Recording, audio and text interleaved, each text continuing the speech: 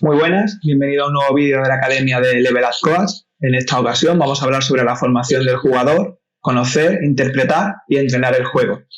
Es una conferencia que hemos realizado para el Instituto Andaluz del Deporte, en colaboración con la Junta de Andalucía, y en la que vamos a exponer de forma un poco general nuestro punto de vista sobre la formación y el proceso evolutivo de los futbolistas. En este primer mapa conceptual vamos a ver los 4 grandes bloques que vamos a tratar en el día de hoy.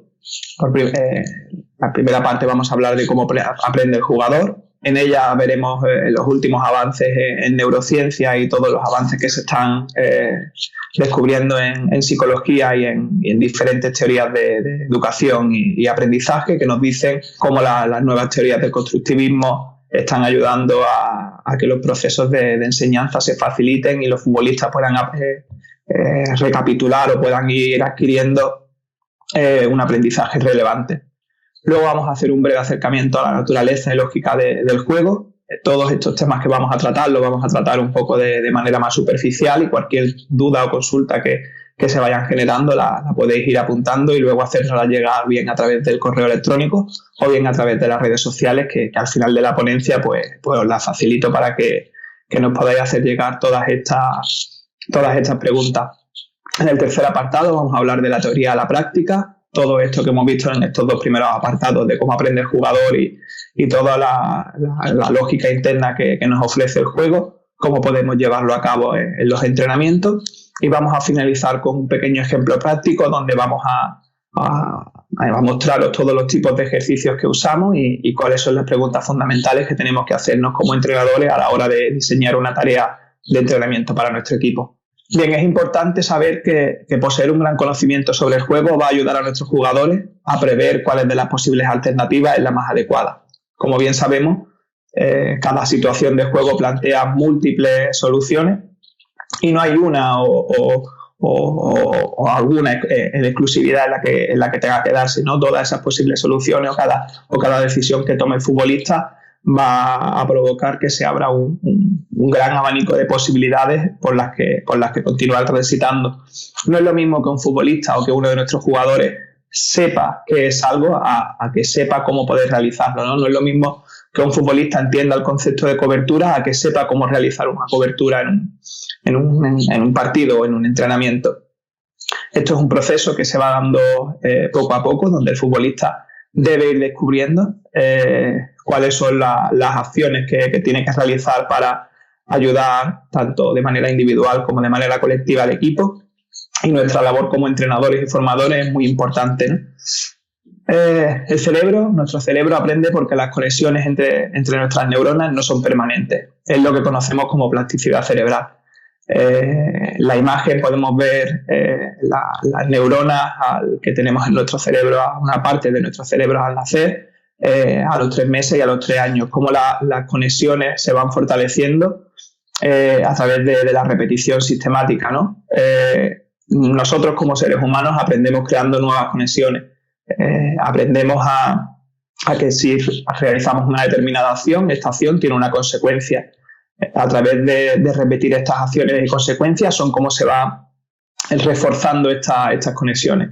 Cuanto más interno o más específico es el reforzamiento que le damos, más posibilidades de que se fije en nuestra memoria a largo plazo y que luego tengamos más facilidad para acceder a ella y demandemos mucha menos atención o se nos demande mucha menos atención, con lo cual podremos ir focalizando nuestra atención en aspectos más importantes o más relevantes. Ocurre lo mismo que cuando empezamos a conducir, los primeros días de clase tenemos que estar pendientes a muchísimos factores, y en cuanto vamos mecanizando estos factores, vamos prestando atención a lo verdaderamente importante, que es la conducción, y el cambiar de marcha o el dirigir el volante es algo que hacemos prácticamente de manera automática y sin que nos demos cuenta. En el entrenamiento pasa lo mismo. Los futbolistas, conforme van adquiriendo principios, van trabajando hábitos, estos hábitos se van interiorizando y el futbolista poco a poco va aprendiendo a manejar la potencia de un pase, la precisión de un disparo, sin tener prácticamente que pensar en ello.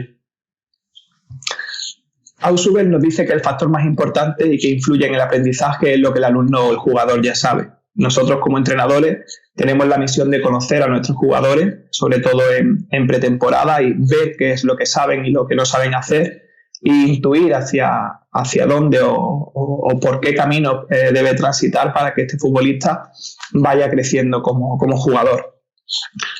Cole y Pozo en 2006 nos dicen que las teorías del aprendizaje buscan dar respuesta a la pregunta de cómo aprende el jugador, y es a través del paradigma cognitivo como mejor podemos explicarlo. Por una parte, hay algunas teorías del aprendizaje que entienden el aprendizaje que se construye de manera estática, ¿no? Podríamos hablar aquí de la automatización de las habilidades, como he comentado anteriormente, para liberar nuestra capacidad de atención. Por citar un ejemplo, podemos hablar de las acciones necesarias para la realización de un tercer hombre. Si hay alguien que no entienda o que no conozca el concepto de tercer hombre, es un concepto que parece ser que se puso de moda a través del juego de posición, y consiste en que un jugador A tiene el balón y quiere contactar con un jugador C, pero la línea de pase o las posibilidades de relación entre ambos pues están cerradas, bien porque el jugador C está marcado o porque no hay una línea de pase abierta. Por lo tanto, interviene un jugador B como jugador o segundo hombre, y es el que posibilita que podamos conectar con el tercero.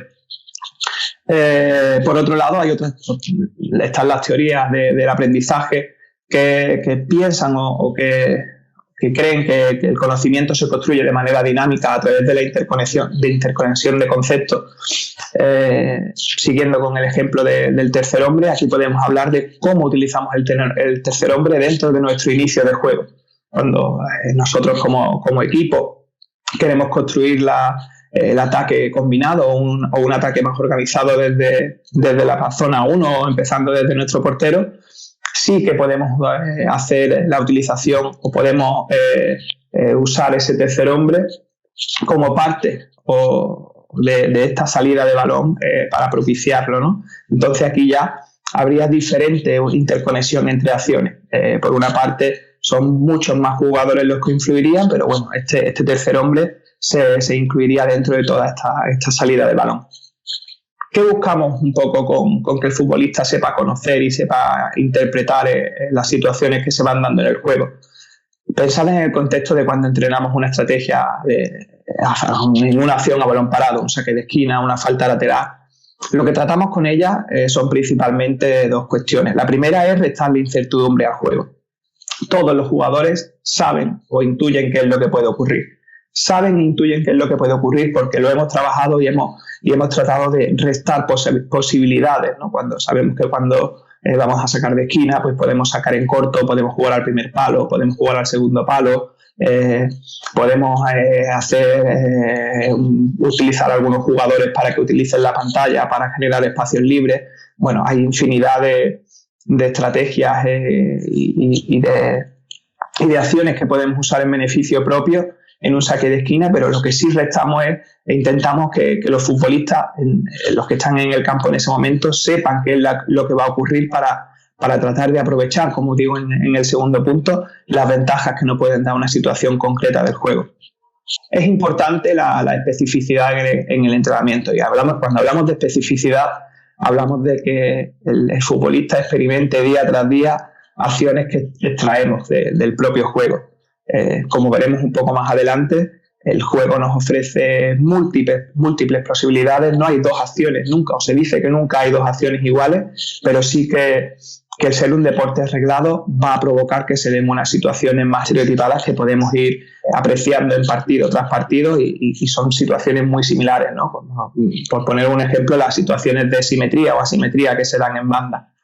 Durante el entrenamiento y la competición, los jugadores juegan sobre un plano mental que continuamente se va autoorganizando. El futbolista tiene que ir tomando decisiones, y en base a esas decisiones el futbolista va interiorizando cada una de las acciones. A través del ensayo y error, el propio futbolista va a ir conociendo qué es lo que le ha dado éxito en un pasado y a través de qué acciones no lo ha conseguido, y poco a poco él irá determinando y formando su manera de jugar.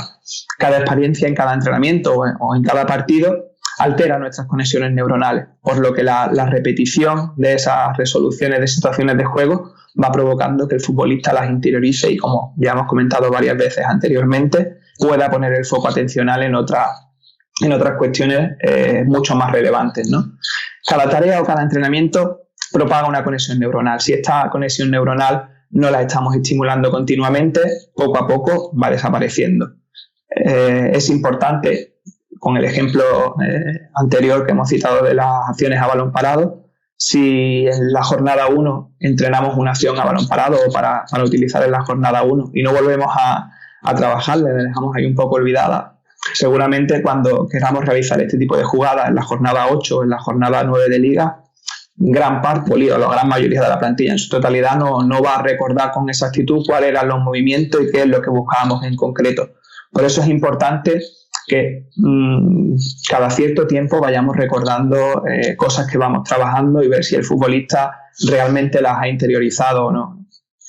Cuanto más específica es la estimulación, más aumenta la interactividad de las diferentes conexiones, ¿no?, en las partes del cerebro.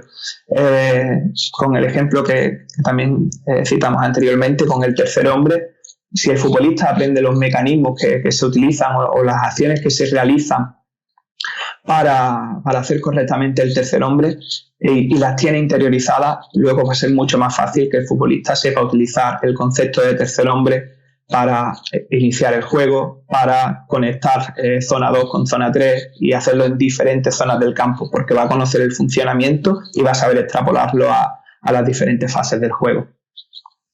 Un ejemplo práctico, en la fila de arriba podemos ver un 6 contra 2 en 8 con 8 metros y un 6 contra 2 en 14 por 14 metros. Para enseñar al jugador y que ellos puedan comprobar y vivenciar de primera mano la importancia de la ocupación racional del espacio. Si mi rival tiene más espacio para defender, será más difícil para ellos recuperar el balón. Ya sabéis que el fútbol, al final es tiempo y espacio, y contra más tiempo y más espacio de maniobra tenga un jugador para decidir cuál va a ser su siguiente acción, más facilidades vamos a tener en ataque. En el ejemplo de abajo podemos mostrarle a nuestros jugadores, a través de la utilización de carriles y sectores, cómo podemos superar una línea. No, para superar una línea, desde pequeños los chicos aprenden que tienen que avanzar hacia adelante, pero conforme el fútbol se va complicando, conforme van subiendo de categoría y las fuerzas se van igualando, las horas de entrenamiento igual, ¿no? Ya llevan acumuladas muchas horas de entrenamiento, pueden aprender que a través de mover el juego horizontalmente pueden atraer al rival hacia una zona del campo donde ellos decidan, para luego rápidamente mover y poder avanzar por un carril que esté desocupado. Resumiendo, antes de entrar en la naturaleza y la lógica interna del juego, va a ser importante que nuestros jugadores vivencien el entrenamiento y situaciones que se extraen del propio juego. Ahí es muy importante la labor del entrenador y del cuerpo técnico en saber extraer esos patrones que puede extraer del propio entrenamiento, de los propios partidos, de partidos que vean directo, de partidos que vean en la televisión, de cosas que se van repitiendo y cosas que cree que pueden ser interesantes que los futbolistas adquieran, y el propio juego es el que al final va a ir demandando todo este tipo de necesidades. Es importante hacer un breve recuerdo cada cierto tiempo para que los futbolistas no olviden eso que han trabajado anteriormente y sobre todo que se fijen esos automatismos en su memoria. Para hablar de la naturaleza y la lógica del juego va a ser importante citar a Jorge Castelo, porque creo que tiene una definición que se acerca mucho a mi pensamiento, en la que nos dice que el fútbol es un juego deportivo colectivo cuyos jugadores están agrupados en dos equipos, en una relación de adversidad y rivalidad deportiva, en una lucha incesante por la conquista de la posesión del balón. Ambos equipos planifican sus acciones para actuar unos contra otros y al final los comportamientos están determinados por las reacciones antagónicas de ataque y defensa. Hasta el día de hoy el fútbol se juega con un solo balón, entonces inevitablemente si el balón lo tiene un equipo, el otro equipo solo cabe esperar a trabajar para intentar recuperarlo y que no le hagan un gol. Como comenté anteriormente, el fútbol es un deporte reglado en el que conocemos dónde es de tipo situacional, conocemos dónde es un espacio común donde los dos equipos se van a desarrollar. No hay un equipo que tenga que defender un espacio y no pueda penetrar en otro espacio, como se dan en muchos deportes también de cooperación y oposición, sino que ambos equipos comparten un espacio conocido y común, y el objetivo principal tanto de un equipo como de otro al final es intentar ganar el partido introduciendo el balón en la portería rival más veces de las veces que lo consiga nuestro rival.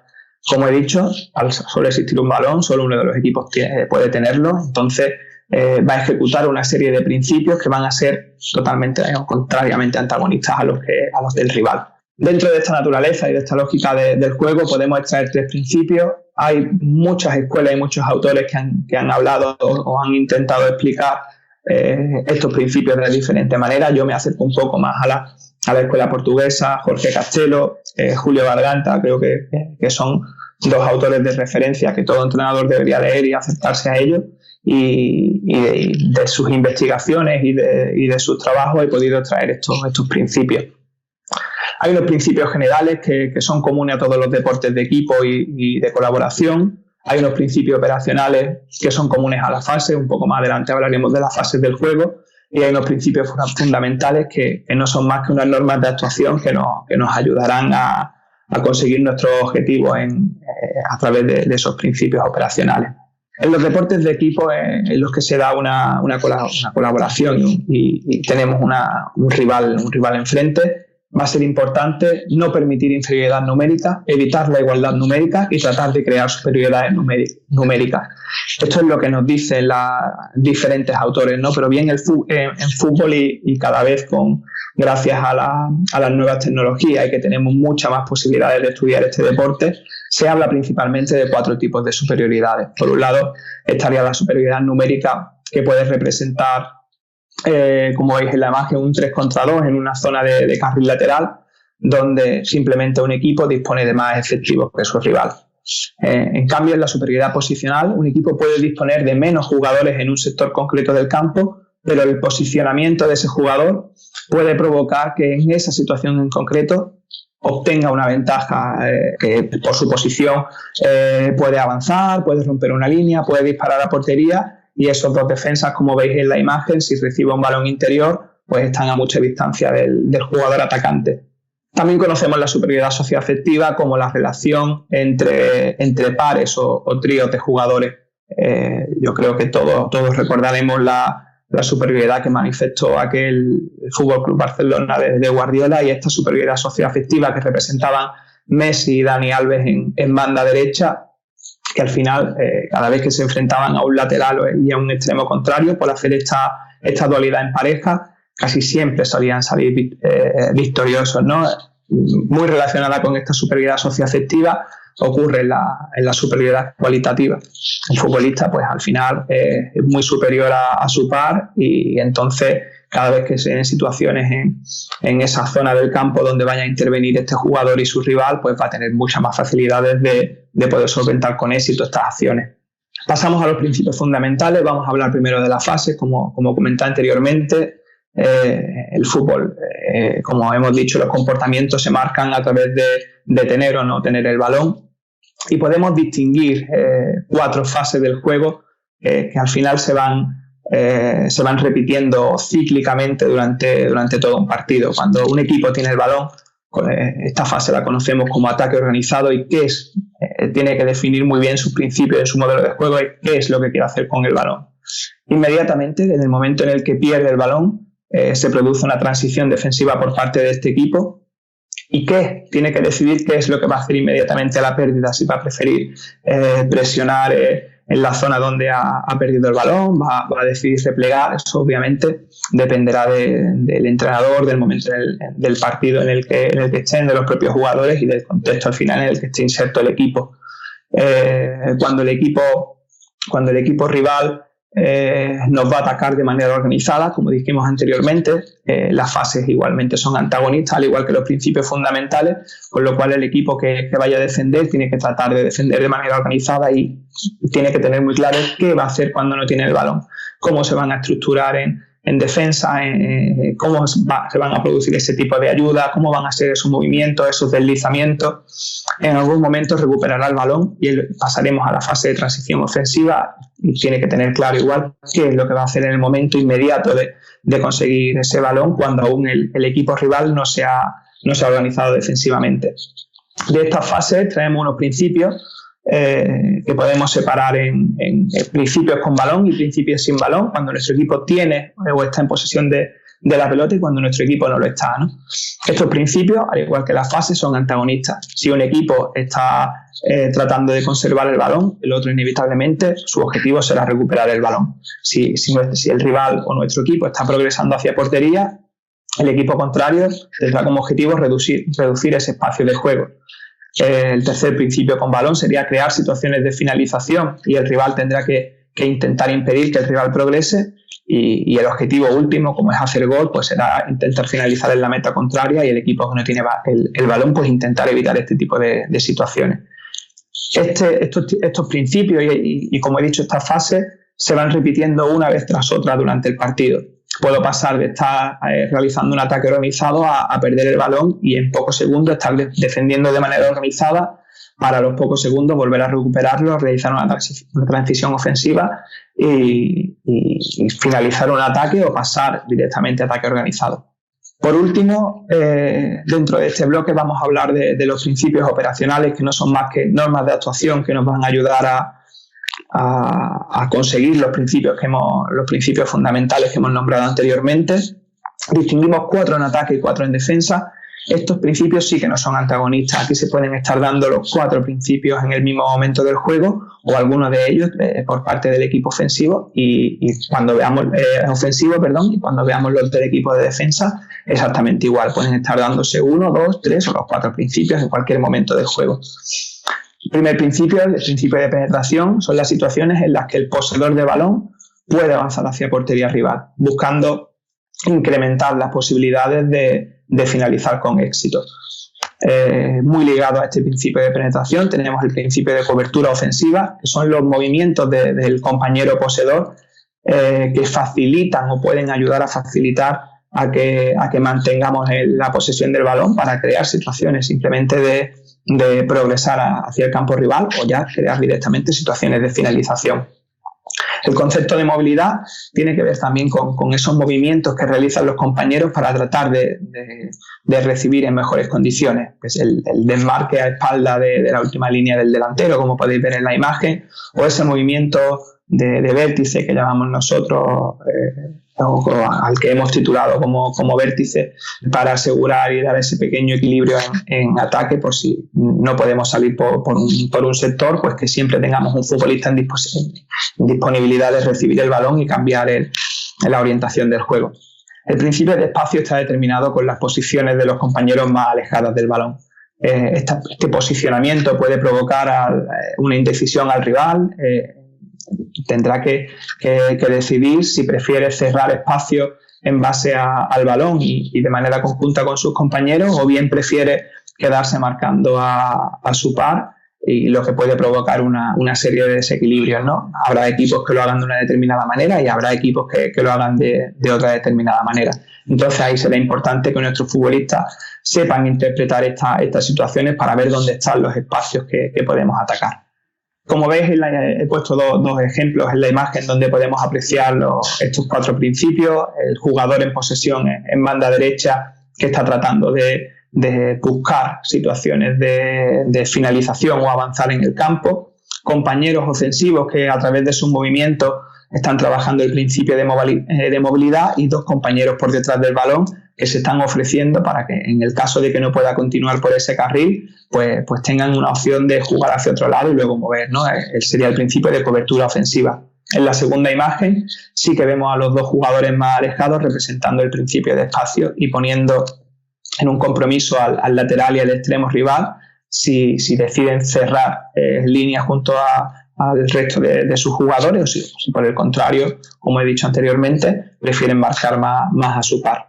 Estos principios operacionales en defensa también son 4. Por una parte tenemos el principio de contención, que es la oposición de un jugador sobre el poseedor del balón rival para impedir que avance hacia portería principalmente. Y ligado y unido a este principio de contención está el de cobertura defensiva, que no es más que el apoyo de un compañero o de varios compañeros al opositor del balón para, en el caso de que sea desbordado, poder ofrecer esa ayuda para que el rival no avance. Dos principios muy ligados al posicionamiento de nuestro equipo de manera colectiva son el equilibrio y la concentración.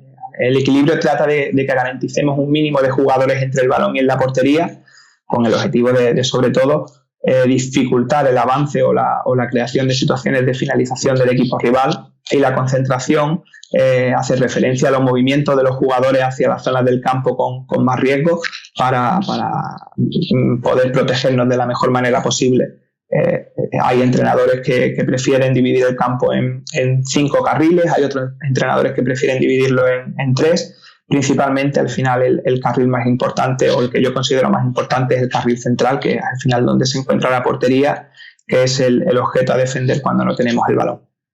Al igual que con los principios ofensivos, aquí podemos apreciar en estas dos imágenes todos los 4 principios o normas de actuación defensiva, como serían el principio de contención. El futbolista naranja está tratando de que el jugador azul no pueda avanzar hacia portería y sitúa su cuerpo entre el balón y la portería con el objetivo de que tenga que tomar alguna decisión, o bien tratarle o impedirle o retardar ese posible avance.